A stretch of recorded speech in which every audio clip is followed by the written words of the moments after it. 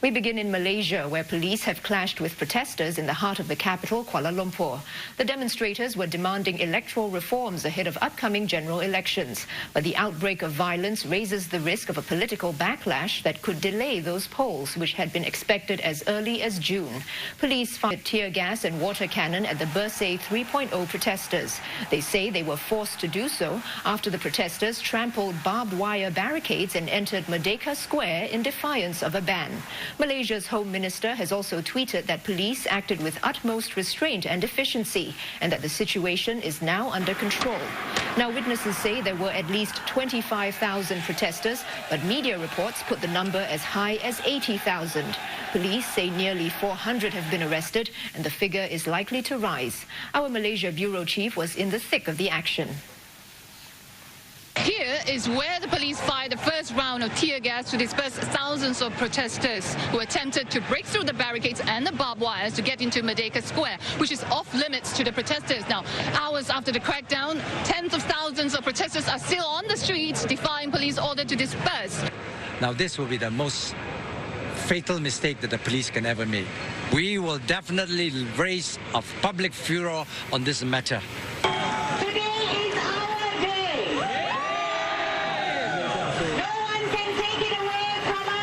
Now, many Malaysians are watching in disbelief today that history is repeating itself. Police are firing tear gas and using water cannons to disperse crowd. Dataran is for the rakyat, it's the people's, it's Freedom Square, and therefore it belongs to the people, and we have the right to be there.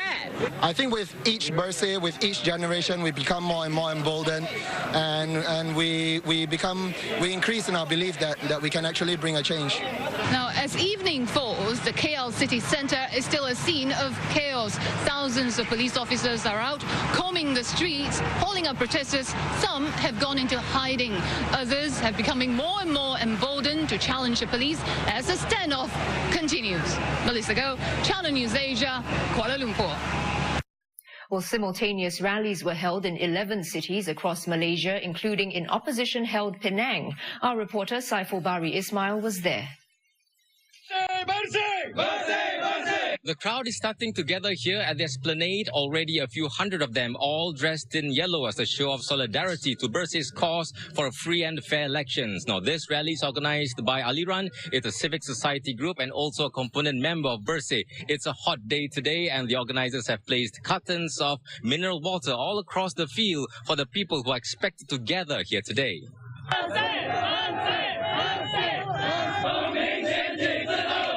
People participating in this Bersih 3.0 rally in Penang have swelled to the thousands. This is beyond what the organizers have expected. The Chief Minister of Penang, Lim Guan Eng, is also here to give support. Participants I spoke to earlier believe that rallies like this can indeed bring about change. What we want is a clean and fair general election. It's now or never. I think in a democratic country, it's a way of the people to tell the government that we are not like the way that you do things. It's a chance that we voice our thoughts, and I think definitely it would help because the world is watching us. We are not alone. In his speech, the Chief Minister of Penang, Mr. Lim Guan Eng, urged those gathered at the esplanade to keep on believing in the efforts to ask the government for free and fair elections. It has been a peaceful rally here in Penang. The Chief Minister was escorted out of the area without any incidents. Just across the causeway from Singapore in Johor, there are conflicting reports about demonstrator turnout. Going by state TV footage, the Bersih campaign gained little traction here.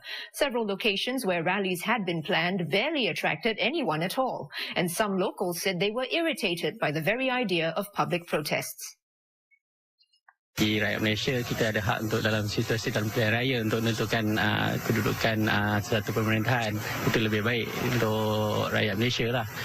Pada saya, perhimpunan Bersih ni boleh menjelaskan lah dari segi keselamatan dan juga ekonomi lah. Dari segi pelancong pun mungkin akan takut datang ke Malaysia ni. Peniaga terpaksa tutup kedai. Rakyat semua ketakutan lah. Macam saya tadi baru parking kat bawah, tapi ada orang cakap ada perhimpunan, terpaksalah parking kat dalam